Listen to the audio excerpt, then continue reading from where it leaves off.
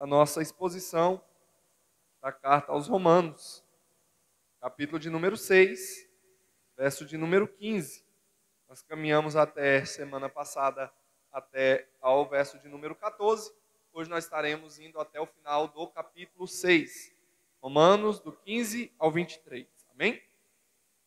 Os irmãos encontraram? Digam: eu amo as Sagradas Escrituras. Glória a Deus. Então vamos ler a palavra do Senhor. Vou ler o verso de número 15, a igreja o 16, e até o verso de número 23. Amém, queridos? Verso 15. Pois que pecamos porque não estamos debaixo da lei, mas debaixo da graça? De modo nenhum.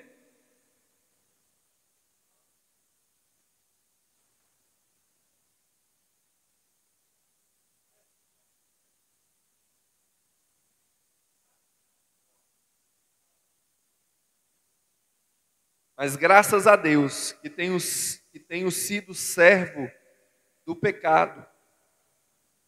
Tenho sido servo do pecado, obedeceste de coração a forma de doutrina a que fostes entregues.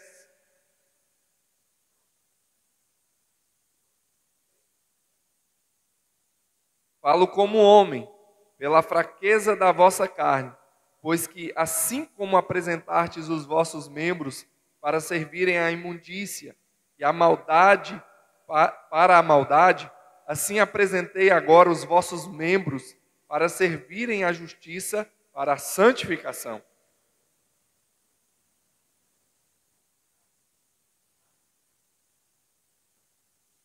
E que fruto tinheis, então, das coisas de que agora vos envergonhais? Porque o fim delas é a morte.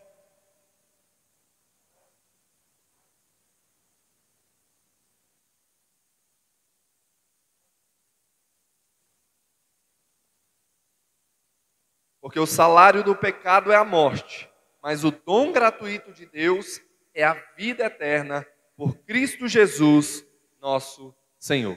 Amém. Podeis assentar, glorificando, exaltando, bendizendo o nome santo do Senhor. Amém? Meus irmãos, só lembrando a igreja que domingo estaremos aqui adorando a Deus, nosso culto público. Na segunda-feira tem o Enganjaí com jovens e as programações seguem normalmente. Amém? E que nós possamos estarmos aqui na casa de Deus, adorando ao Deus Altíssimo, todos os encontros, todos os momentos de comunhão, os momentos do partir do pão, os momentos de oração e os momentos da doutrina da palavra de Deus, da doutrina dos apóstolos, nós possamos estar aqui juntos, reunidos, glorificando e exaltando o nosso Deus. Amém? Queridos, nós estamos fazendo essa exposição da carta do apóstolo Paulo aos Romanos. Nós caminhamos já pelo capítulo de número 1, que vai falar que todo homem ele é indesculpável contra Deus. Diante de Deus, o homem ele é indesculpável, porque ele pecou, porque ele agora vive desenfreadamente pecando contra Deus. E diante disso, toda a raça humana agora ela está debaixo do pecado. Então o apóstolo Paulo, quando escreve essa carta, ele já inicia se apresentando, falando qual é o seu objetivo, porque o objetivo de Paulo ao escrever a carta aos Romanos é ir até a igreja que estava na potência mundial da época, que era Roma, instituída em Roma. Então Paulo tem esse desejo de estar com os irmãos lá, e aí ele vai se apresentar, e com o objetivo de ir até os confins da terra, que seria ir até a Espanha, para ali pregar o evangelho, dar seguimento à pregação do evangelho, como ele já estava vindo da sua segunda viagem missionária, e ele escreve essa carta para os irmãos que estão ali em Roma, essa igreja que Paulo ainda não tinha visitado, densamente povoada por judeus, e por isso Paulo, ele primeiro escreve que todo homem ele é indesculpável, e que Deus tirou os freios do homem, e agora o homem não adora mais o Criador, mas está adorando a criatura, o homem está fazendo deuses para ele adorar. E por isso, Paulo vem exortando e mostrando à igreja que o homem, ele é sem Deus totalmente depravado. Ele está totalmente perdido sem Deus. E Paulo, ao escrever aos irmãos, ele foca na humanidade, na raça humana. Nesse primeiro capítulo. No segundo capítulo, Paulo vai falar sobre os judeus, até porque aquela igreja era povoada por muitos judeus.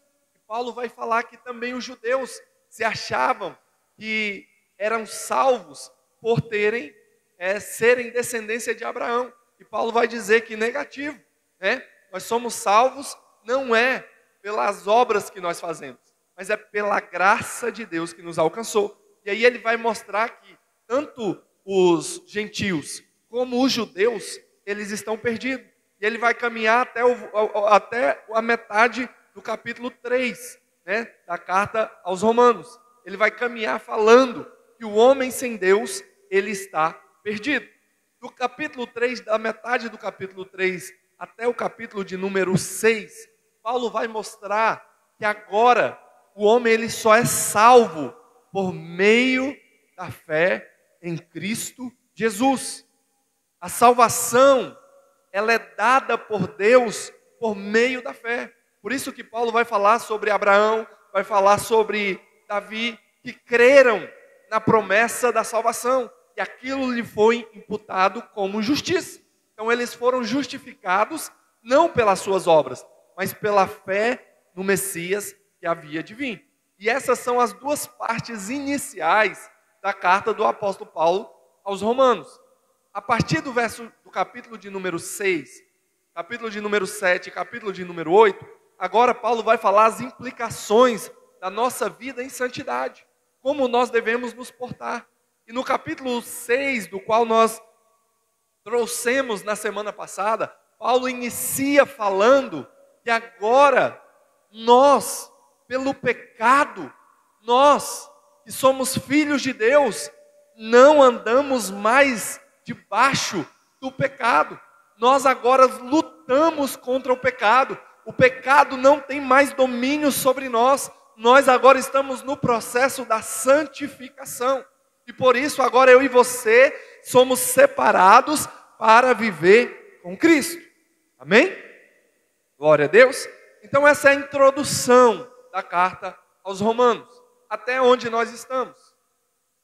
Ontem à noite, os jovens, eles estavam aqui reunidos e eles estavam estudando um livro. O nome desse livro é Pecados Intocáveis.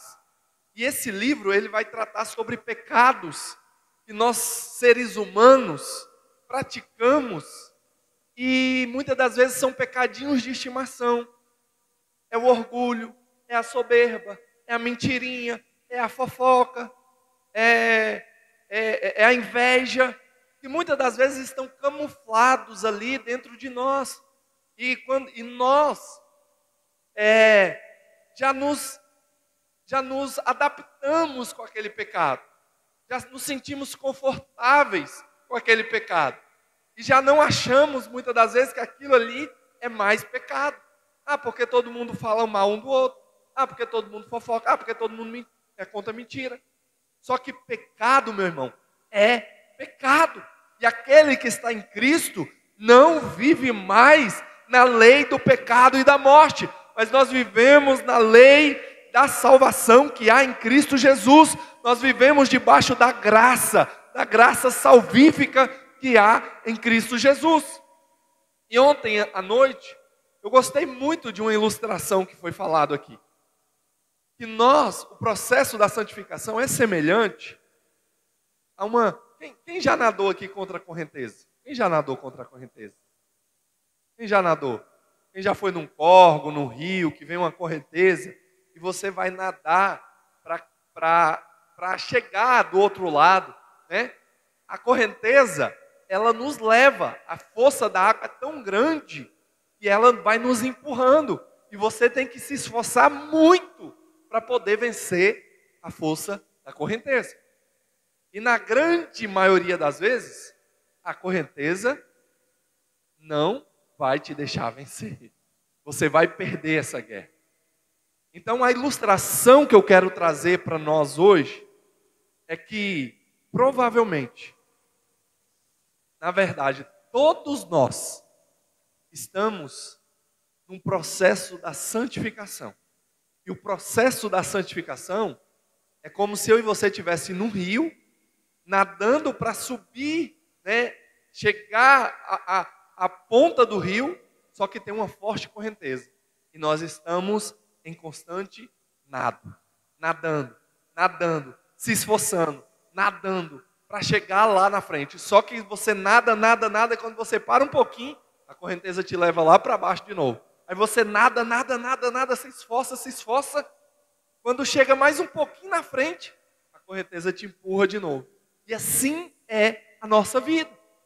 É uma constante busca por Deus, por nos tornar cada dia mais limpos, mais fortes, mais fortalecidos em Deus, nos achegar mais próximos de Deus.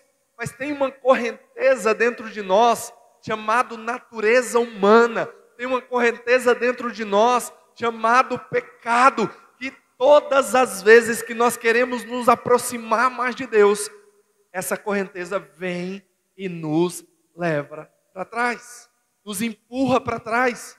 Só que a nossa função é não nos conformar com essa correnteza, é ir nadar. E qual a diferença do cristão e do não cristão? A diferença do não cristão para o cristão é a seguinte: porque aqueles que não são filhos de Deus, eles estão numa grande correnteza. E essa grande correnteza está levando ele para o abismo, para a morte. E eles estão indo tranquilos, no fluxo, seguindo o fluxo da correnteza. É fácil nadar em favor da correnteza, né? Você nada rápido, você vai rápido, caminha rápido. Só que, meu irmão, o cristão é aquele que olha para trás e fala: opa, esse caminho não é certo. Isso está me levando para o abismo. Uma hora vai chegar um abismo. Nós sabemos que uma cachoeira ela é feita de uma quantidade grande de uma água de um rio que precipita em um abismo. E ali tem uma linda cachoeira, né? Quem já foi numa cachoeira aqui? Amém? Todos? Então vocês já viram, contemplaram o quão maravilhoso é uma cachoeira, né? Só que ela é um abismo. Porque se cair lá de cima, meu irmão, morre. Perdição. Só que o mundo está indo em direção a esse abismo, tranquilo, no fluxo da água, no fluxo da correnteza. Só que o cristão, ele é diferente. Ele está vendo que aquilo ali está levando ele para o abismo, mas ele fez uma conversão. Ele olhou para trás e falou: opa, esse sentido aqui que eu estou indo não está certo. Então agora eu vou no sentido contrário. Eu vou no sentido da cruz. Por isso que eu não vou me conformar com essa correnteza. Eu vou nadar. Por isso que a palavra de Deus vai dizer que nós não podemos nos conformar com este mundo, com este século, mas sermos inconformados. O apóstolo Paulo diz: não vos conformeis com este mundo, mas transformai-vos pela renovação do vosso entendimento, para que experimentei a boa, agradável e perfeita vontade de Deus. Então nós não nos conformamos com o fluxo deste mundo, nós não nos conformamos com a forma que esse mundo está vivendo, mas o cristão, ele entendeu a mensagem da salvação, e ele se converteu, e agora eu e você lutamos contra a correnteza. E lutar contra a correnteza é difícil, igreja. É complicado. Você cansa, você luta, você se esforça. O pastor Valdeci falou: nós temos que nos esforçar, igreja. E temos, porque o processo da salvação é esforço, é dedicação. São disciplinas espirituais de oração, disciplina espiritual de jejum, disciplina espiritual de busca pela palavra, de amor pela palavra. É o nado, meu irmão, da vida cristã. É o nado que hoje entendemos que aquele fluxo está nos levando para o abismo. Hoje eu e você não nos conforma com esse fluxo, mas agora nós nadamos em direção da graça, em direção da cruz, em direção de Cristo, em direção da salvação. Glória a Deus! Só que enquanto nós estivermos nessa vida, meu irmão, é nado constante. Nós não podemos parar. Não podemos parar. Sede firmes e constantes. Não retroceda. A palavra de Deus vai dizer que o justo, ele viverá pela fé. Mas se ele retroceder, a minha alma não tem prazer nele. Lembrem da mulher de Ló. O exemplo, por que a Bíblia nos pede para lembrar da mulher de Ló? Ei, por que nós devemos lembrar da mulher de Ló? Porque aquela mulher, a salvação estava à frente dela, mas ela resolveu olhar para trás. Ela resolveu falar assim: deixa o fluxo me levar. Sabe aquela música aí do mundo que era muito cantada? Deixa a vida me levar, né? Vida leva eu. É o mundo está andando desse jeito. Deixa a vida me levar. Deixa o pecado me levar. E está levando, meu irmão, para a condenação eterna. Mas quando a mensagem do Evangelho chega e a pessoa entende o Evangelho, entende a palavra de Deus, não tem como, meu irmão. Agora, quando Cristo toca, a graça irresistível muda o coração. Ela, naquele momento, surge uma nova criatura que entende que está indo para o precipício. Opa, minha conduta, eu não quero a morte, eu quero a vida. Eu não quero me perder, eu quero agora ser salvo por Cristo. E ela vai se voltar e lutar contra a correnteza. Mas um dia, que a irmã Domingas falou que a minha esperança é que um dia a corda da graça vai chegar diante de mim e de você. E nós vamos segurar essa corda. E Ele vai nos chamar para a glorificação. É o dia que de fato a correnteza vai ser aniquilada, vai ser vencida, porque Jesus venceu essa correnteza. Ele venceu a morte, Ele venceu os principados, Ele venceu as potestades, Ele venceu a dor, Ele venceu a luta, Ele venceu a aflição, e eu e você também venceremos com Ele. E esse é a glorificação. Então, queridos, diante do que Paulo está escrevendo aqui para a igreja que está em Roma, Paulo está falando sobre agora esse pecado, sobre essa vida de luta constante que eu e você temos que ter. Luta contra o meu eu, luta contra a minha vontade. Porque, meu irmão, nós temos 3 inimigos claros na nossa vida. 3. Fala comigo, nós temos 3 inimigos claros. Primeiro, eu vou falar, como foi dito aqui ontem, do maior para o menor. O primeiro inimigo que nós temos se chama eu. Fala aí para você, o meu primeiro inimigo se chama eu. A minha carne, a minha natureza. Esse aqui é o mais forte. Amém? Esse é o mais forte. Porque é contra ele que nós devemos lutar todo momento. Contra os nossos desejos, contra o nosso coração. Porque do coração do homem é que procede o que é bom, mas também o que é mal.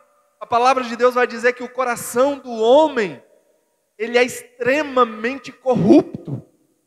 O coração do homem é extremamente perverso. E o que suja, o que contamina o homem não é o que entra. Jesus vai dizer, mas é o que sai. Então, meu irmão, dentro do nosso coração, quando eu falo coração, é coração, mente e espírito. Ou melhor dizendo, coração e mente. É o nosso ser completo.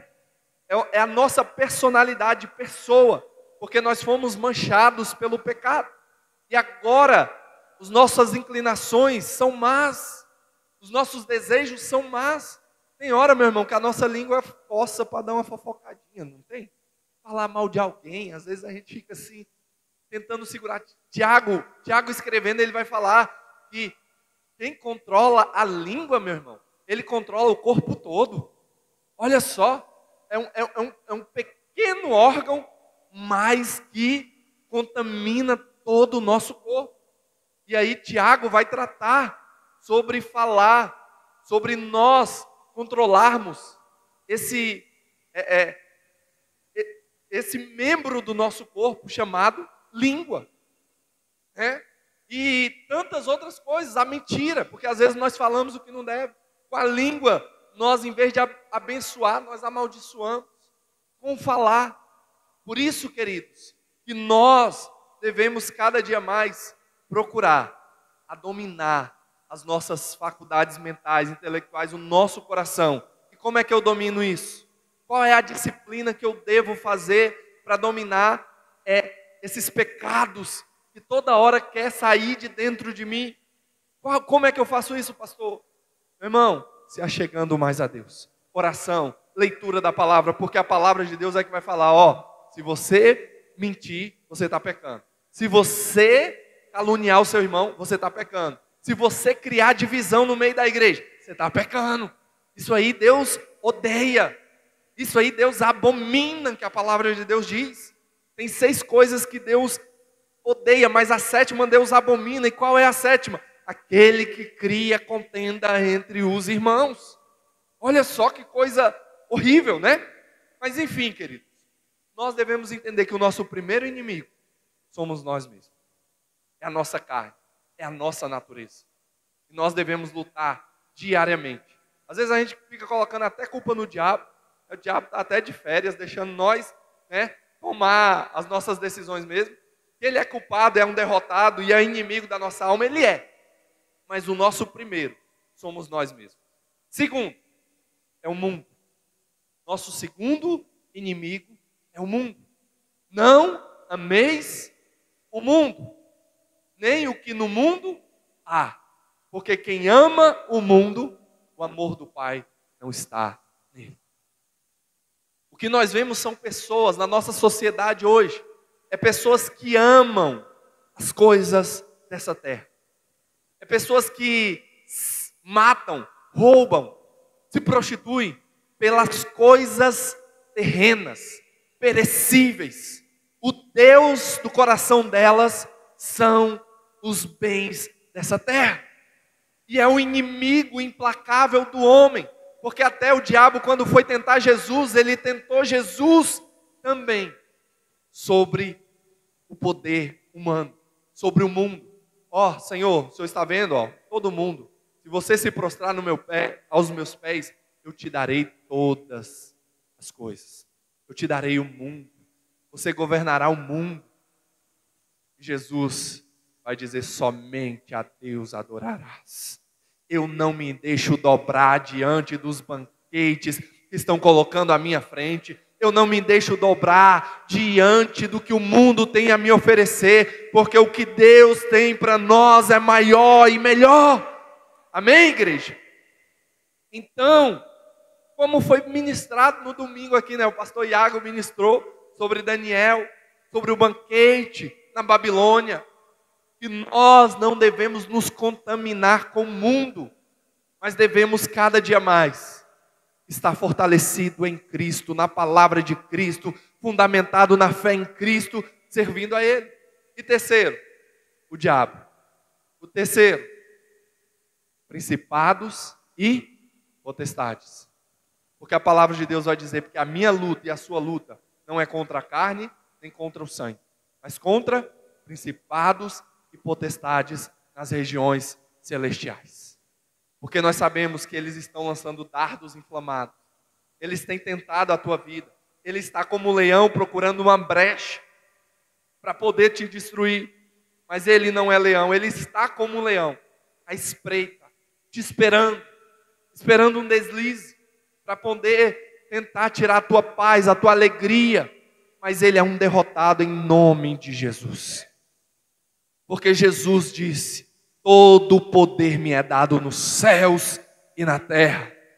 E aí ele distribui com a sua igreja, com seus filhos. Agora vão, façam discípulos de todas as nações, batizando em nome do Pai, do Filho e do Espírito Santo. Então, queridos, ele nos deu poder para pisar serpentes, pisar escorpiões, e nada nos fará dano algum, nenhuma arma forjada contra nós, a palavra de Deus nos diz, prosperará. porque quem está conosco é muito mais forte, é o Deus Todo-Poderoso. Amém, igreja? Glória a Deus. Fala assim: eu tenho na minha vida o mais valente. Jesus vai contar uma história. Uma casa era dominada por um valente.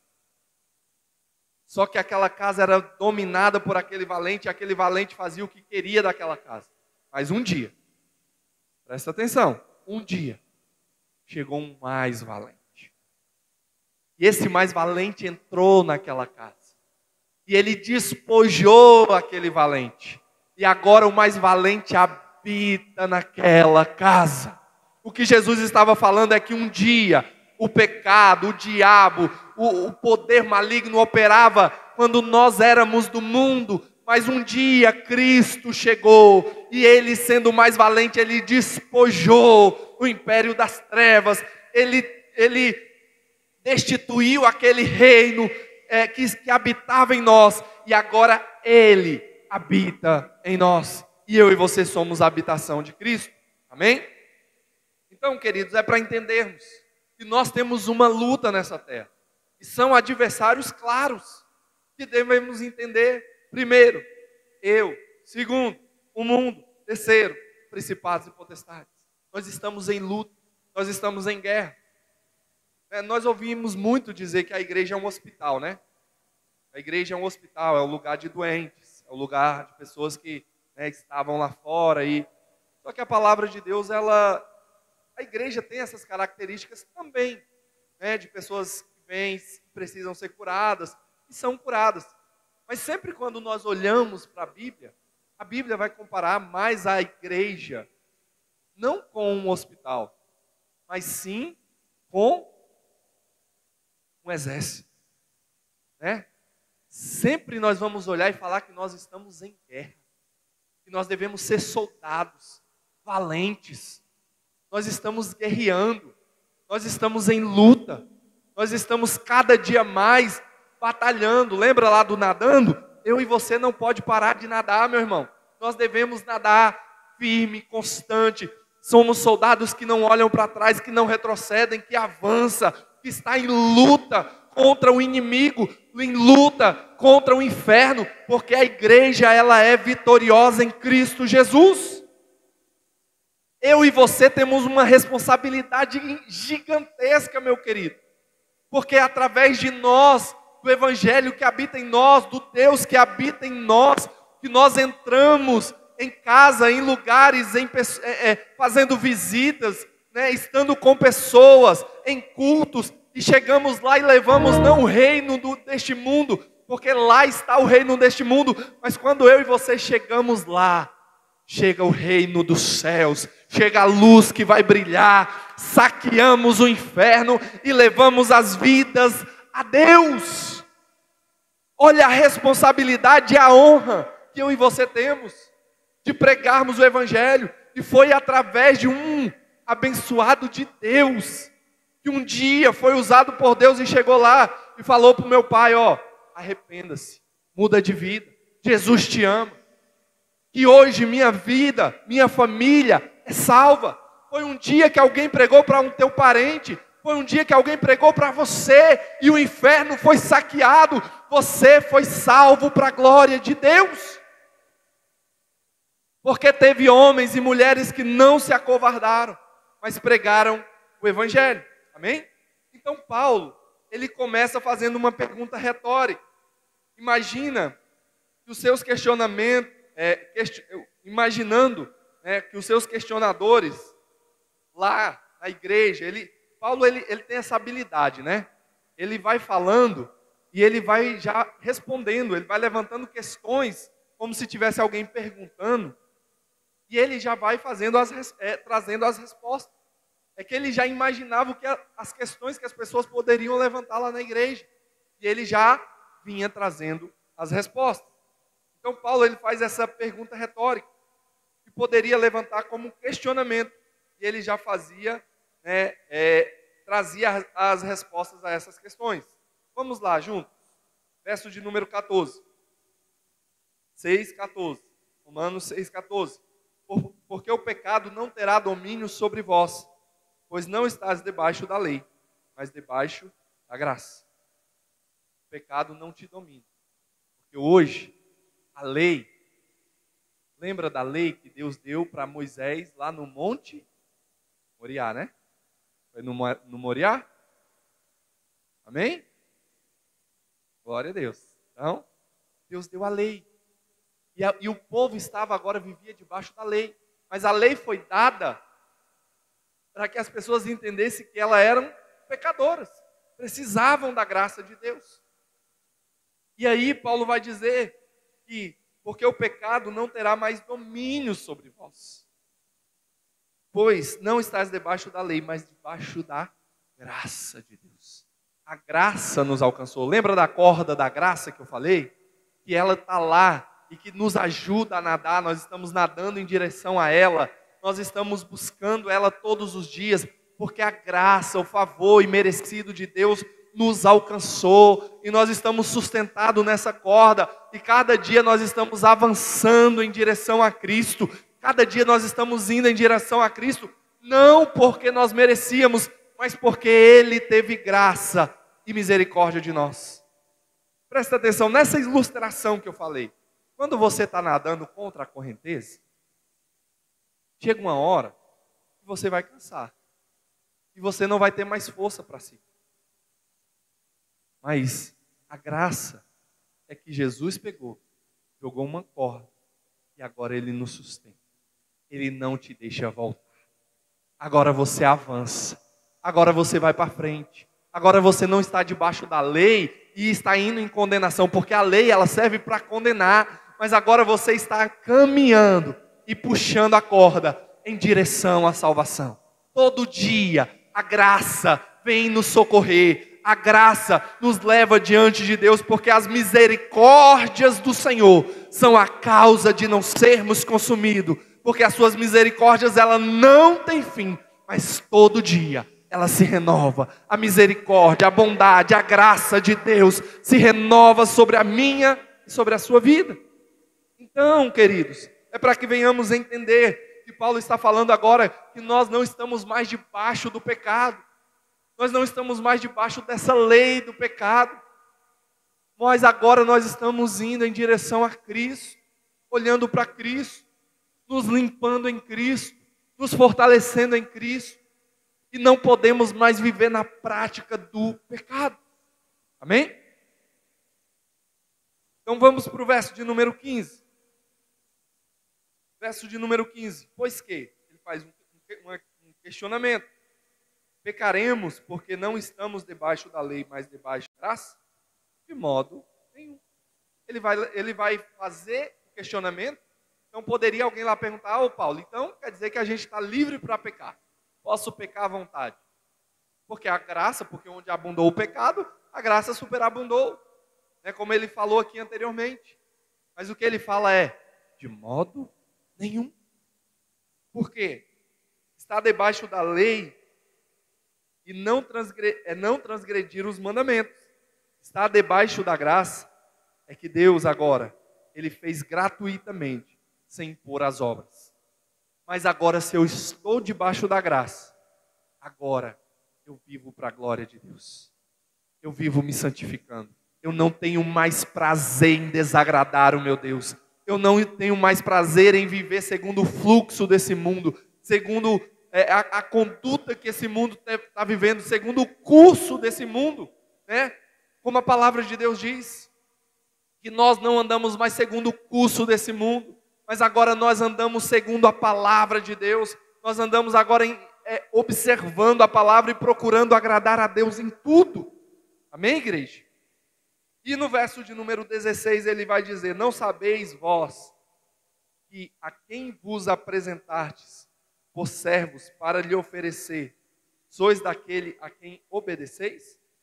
Ou do pecado para a morte, ou da obediência para a justiça? Então Paulo está levantando aqui dois aspectos sobre a escravidão. Ele está levantando dois aspectos da sua época. Porque na época de Paulo era muito normal, naquela época, ter escravos, né? A escravidão era algo natural naquela época. Então a escravidão, por ser muito comum no Império Romano, na época que eles estavam ali, só para vocês terem ideia, um terço da cidade de Corinto, ela era instituída por escravos. Só para entendermos quão era normal a questão da escravidão naquela época, né? Então um terço da população era um terço de escravos, né? E o que Paulo levanta, o primeiro aspecto que Paulo levanta, é que o escravo, ele era forçado, né? Tinha a questão do escravo, primeiro, que era um escravo que foi forçado a ser escravo. Não foi voluntariamente, ele foi forçado. Geralmente era um prisioneiro de guerra, uma pessoa que nasceu um filho, né, de um escravo, ele já nascia escravo, tendo um dono, tendo um senhor, né?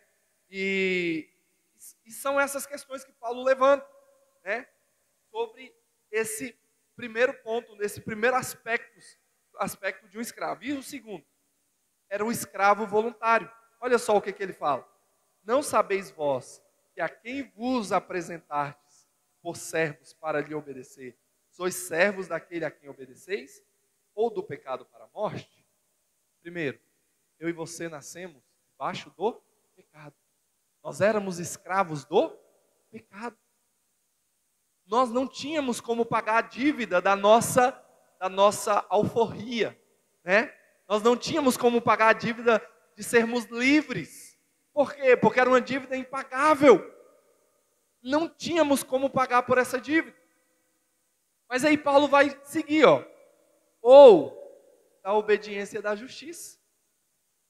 Ou vocês são escravos do pecado, ou tem alguém que pode pagar a dívida para você. Se você obedecer à justiça dessa pessoa, se você crer nele, se você for fiel a ele, ele te torna livre do pecado. Ele te salva do pecado, ele paga a dívida, a sua alforria. E agora você vai ser servo dele, você vai ser escravo dele. E aí, igreja? É melhor ser escravo do pecado ou escravo de Deus? É melhor ser servo do pecado ou ser servo de Deus? Porque o salário do pecado nós vamos ver aqui à frente. Agora, os filhos de Deus, os servos de Deus, aqueles que andam com Cristo, têm um salário diferente, têm uma recompensa diferente. Amém? Então, só para termos aí a noção, que a Bíblia ela vai falar, quando nós olhamos para essa questão de escravo, ela vai falar sobre o ano do jubileu. Era o seguinte, lá Deus estipulou esse ano em Israel com o objetivo de que não houvesse escravo. Às vezes a pessoa estava com uma dívida muito grande e não tinha como pagar, Thelino. Aí, o que ela fazia? Ela, agora eu vou ser seu escravo, eu vou trabalhar para você. Você vai ser meu senhor, eu vou, né, cuidar das suas coisas, eu vou trabalhar para o senhor, eu vou plantar a terra, eu vou colher, eu vou ser seu servo. O senhor só tem que me dar o alimento, cuidar de mim, porque eu estou sem condição, não tenho dinheiro. Então, se o senhor quiser ser meu servo, maravilha. E aí, às vezes, eles pegavam os filhos, né, a esposa, e todo mundo ali agora eram escravos daquele senhor. Só que eles trabalhavam por 6 anos. No 7º ano, tinha o ano do jubileu. O que era o ano do jubileu? Era o ano que todos eles se tornariam livres novamente. Eles se tornariam livres. E aí, muitos que se tornavam livres, eles não tinham como pagar a casa, não tinham como comprar alimento ainda, não tinha como se sustentar. Aí alguns decidiam ficar livres, outros não. Outros falavam bem assim, eu tenho um senhor, gente boa, meu senhor gosta de mim, meus filhos são muito amigos dos filhos dele, a gente se dá muito bem, sabe o que eu vou fazer? Eu vou me tornar escravo dele de novo. E aí, por ela querer, pelo desejo dela, ela se tornava escrava de novo. Sabe o que eles faziam? Eles tinham uma pecinha lá, eu esqueci o nome dessa peça agora, mas eles pegavam, e quando a pessoa decidia isso, eles furavam a orelha. Por isso que eu e você somos escravos de orelha furada. Isso não tem a ver com brinco não, viu, igreja? Amém? Então, eles furavam a orelha daquele escravo. Com o objetivo de quê? Mostrando que aquilo ali era uma marca, era um símbolo. Ele aceitou ser meu escravo. Agora ele mora comigo e é eternamente meu escravo. Por livre, espontânea vontade. E agora ele vai estar com aquele bom Senhor que ele decidiu servir. Meu irmão, nós éramos escravos do pecado. Nós tínhamos um Senhor que nos espancava, um Senhor que nos maltratava, um Senhor que estava o tempo todo nos castigando, nos açoitando, e um dia Ele ia cortar a nossa garganta, nós íamos morrer. Só que aí veio outro Senhor, pagou a dívida, nos comprou. Ei, esse Senhor é bom, Ele cuida dos meus filhos, Ele cuida dos teus filhos, Ele te dá alimento, Ele te dá paz, Ele te dá alegria, Ele vai te dar a vida eterna, meu irmão. E aí, o que vale mais? Voltar lá para aquele que espancava, aquele que ia me matar, aquele que queria o meu mal? Ou agora caminhar com o Senhor que quer o meu bem, que cuida de mim, que está comigo, que é bom? Porque uma das características de Deus é que Ele é bom. Amém? Então, queridos, é para entendermos que nós fomos marcados agora. Temos a marca da promessa da salvação, que nós viveremos com Cristo. O Espírito Santo hoje habita em nós. Então esse é o aspecto da escravidão.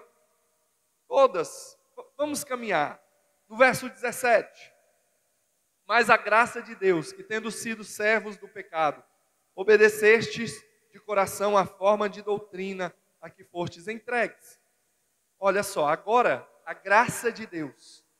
Nós agora que éramos servos do pecado, agora nós obedecemos com o coração a forma da doutrina, ou do ensinamento, da conduta, da norma que Cristo estabeleceu sobre nós, porque nós andávamos segundo as normas daquele Senhor mau, mas agora que eu estou com o meu Senhor, eu ando segundo as normas dele, da palavra dele, das santas escrituras dele, e aqui agora é o nosso manual, de como nós devemos andar para agradar o nosso Senhor, esse Senhor que é bom, que cuida, que tem o melhor para mim e para você.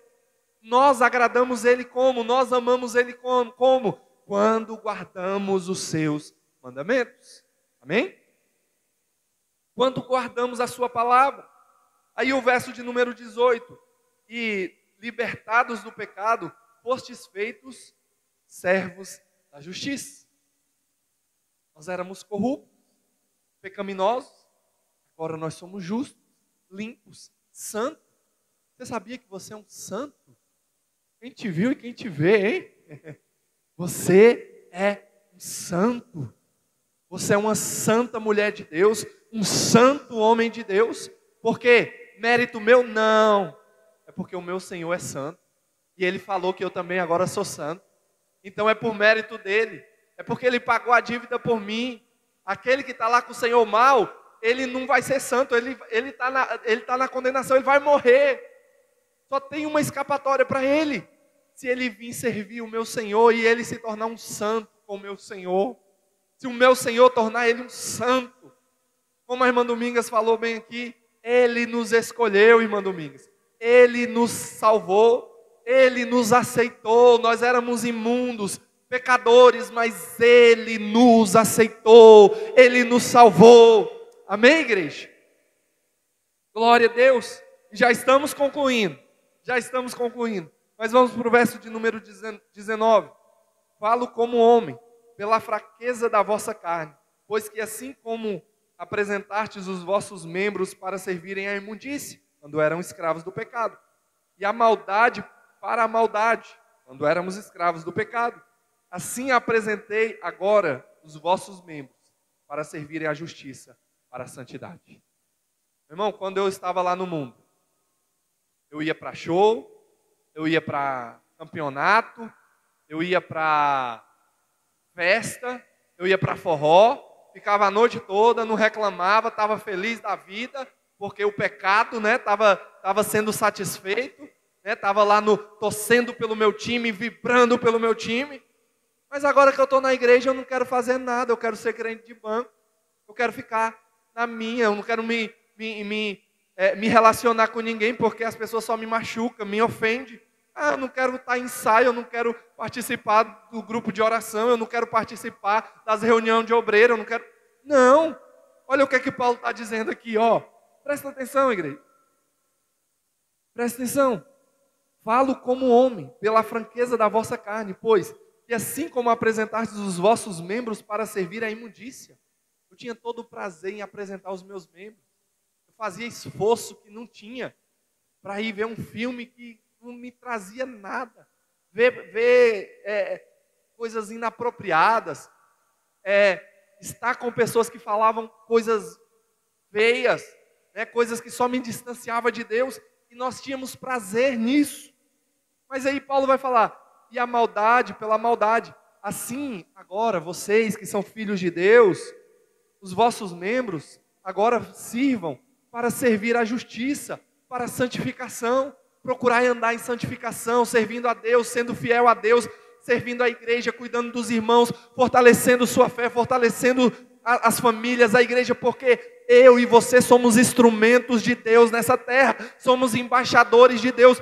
Ei, o embaixador, ele está em uma função, ele está em uma função, ele não é uma pessoa que está vagabundando na vida, não. Imagina se o presidente falar, ó, você vai ser o embaixador lá nos Estados Unidos. Opa, ia ser uma alegria do meu coração, ir lá para os Estados Unidos, ganhar um bom salário, trabalhar bem lá, né? Lógico que tem trabalho, tem luta, tem dificuldade, porque tem que resolver problemas, mas você está representando o seu país, e agora eu e você somos embaixadores, e meu irmão, vamos ter trabalho sim, porque lá no mundo nós tínhamos trabalho com o pecado, e agora Ele nos deu vida, e agora eu não quero mais trabalhar. Somos consumidores de culto, né? Nós pregamos sobre isso, só viemos à igreja para consumir. Mas não, querido, Deus não te chamou para consumir, Deus nos chamou para servir, ser servos. E servo, meu irmão, nós temos um Senhor e devemos prestar conta para o nosso Senhor. Você não vai prestar conta, não é para os pastores, para os líderes, não, é para o Senhor. Então, meu irmão, faça o melhor em santificação, em amor, em se doar, em cuidar, em ser fiel, em tudo. Amém? Você pode dar um glória a Deus? Amém, glória a Deus. Então, verso de número 20. Porque quando eram servos do pecado, estáveis livres da justiça. Estáveis livres da justiça. E fruto tinhais, então, das coisas que agora vos envergonhais, porque o fim delas é a morte. Então, meu irmão, nós estávamos fora da justiça, livres da justiça, mas estávamos sob condenação. E o fruto da condenação era a morte. Mas vamos lá, vamos seguir para o verso 22. Mas agora, presta atenção, olha o que Paulo ele gosta de colocar essas questões, né? Ele coloca um ponto, aí ele vem contradizendo o ponto que ele fala. Aí ele, mas agora, libertos do pecado e feitos servos de Deus, tende o vosso fruto para santificação e, por fim, a vida eterna. Meu irmão, é porque eu sou salvo que agora eu dou bom fruto. É porque eu sou salvo que eu ando em santificação. Não é andar em santificação para ser salvo. Porque, olha, presta atenção, todas as religiões dizem que para o homem se reconciliar com Deus, o movimento tem que ser da seguinte forma, irmã diz. O movimento é meu para com Deus, ou seja, de baixo para cima. Todas as religiões vai dizer que você tem que cuidar dos mendigos, vai dizer que você tem que dar oferta, tem que dar dízimo, tem que cuidar de orfanato, tem que dar cesta básica, tem que fazer caridade, tem que ajudar, né, fazer as filantropias, né, e atividades filantrópicas. E tem para quê? Com o objetivo de quê? Se você fizer isso, todos os dias você está sendo salvo. A sua salvação depende disso. Ou seja, é um movimento meu para agradar a Deus. É porque eu faço que eu vou ser salvo. É porque eu dou banho em mendigo. É porque eu eu cuido das pessoas, eu faço todas as boas ações com o objetivo da minha salvação.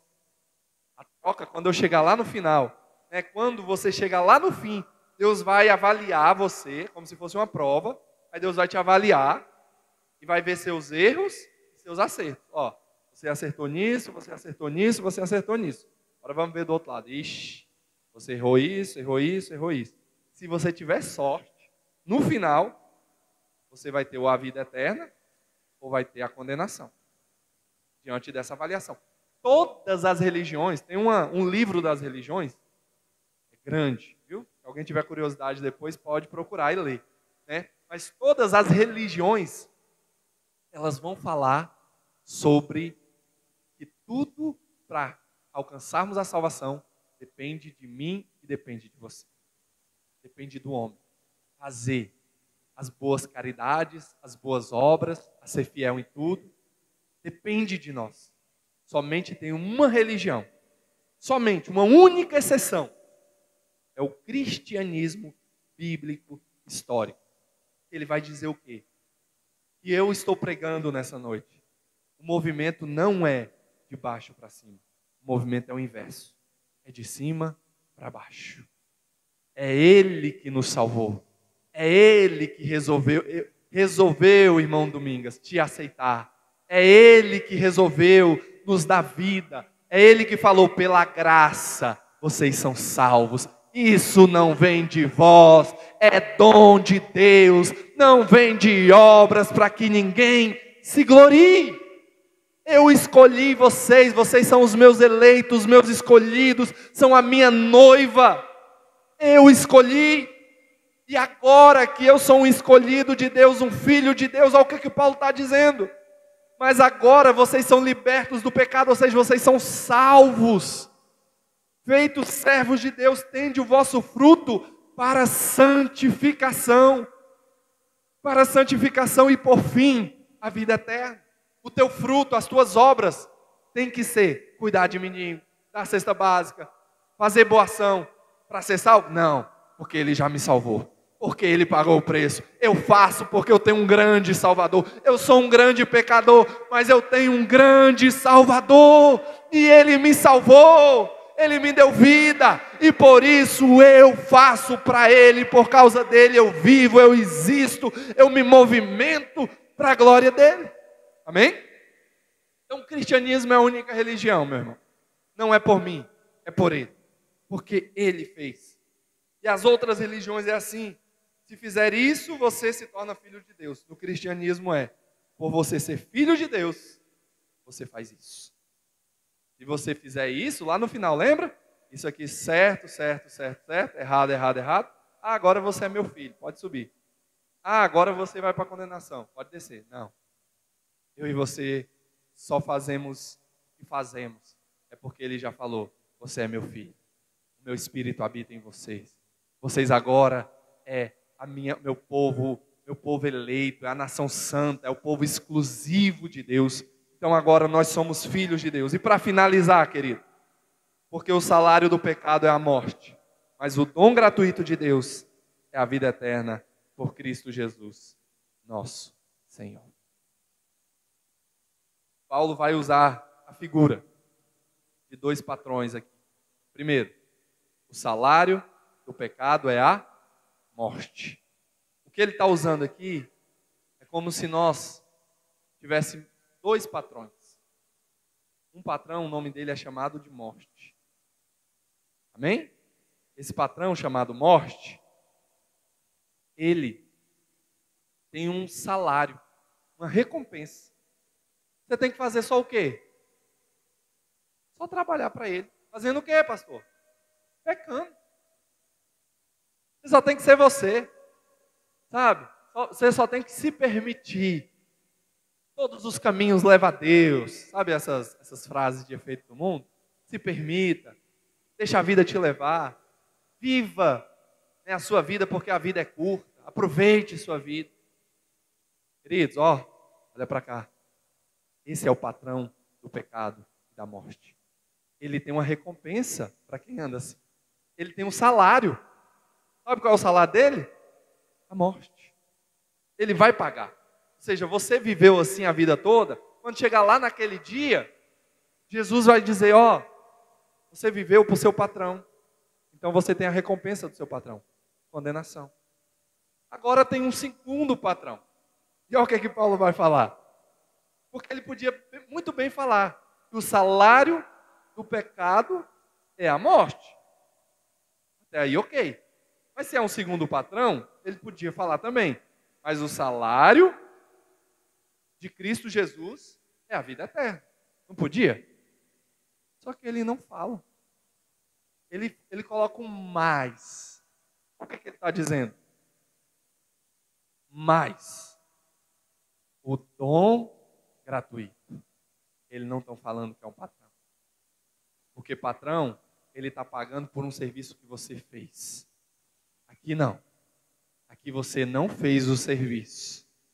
Aqui você não merecia. Aqui você só desagradou o teu patrão. Se o teu patrão falou, ó, vai colher o milho o dia todo, no final eu te dou o salário do teu serviço. Você foi lá para o milharal e sentou, não fez nada. Mas no final do dia, esse patrão bom chegou lá e falou, quanto foi a diária que a gente combinou? Ah, foi R$1.000. Está aqui, teu salário. Eu estou te dando. Ué, mas eu não fiz nada. Eu não plantei, eu não cuidei do milho. Eu não tirei as espigas, pai. Mas ele falou, não, mas eu te amo. Você não merece, mas eu te amo. O dom gratuito de Deus é a vida eterna em Cristo Jesus, nosso Senhor. Foi de graça. Só basta nós o reconhecermos. Nós nos voltarmos a Ele e dizermos, obrigado, Senhor, porque eu não merecia, mas o Senhor nos salvou. Se coloque de pé nessa noite. Que Deus continue abençoando sua vida, que Deus continue abençoando sua família,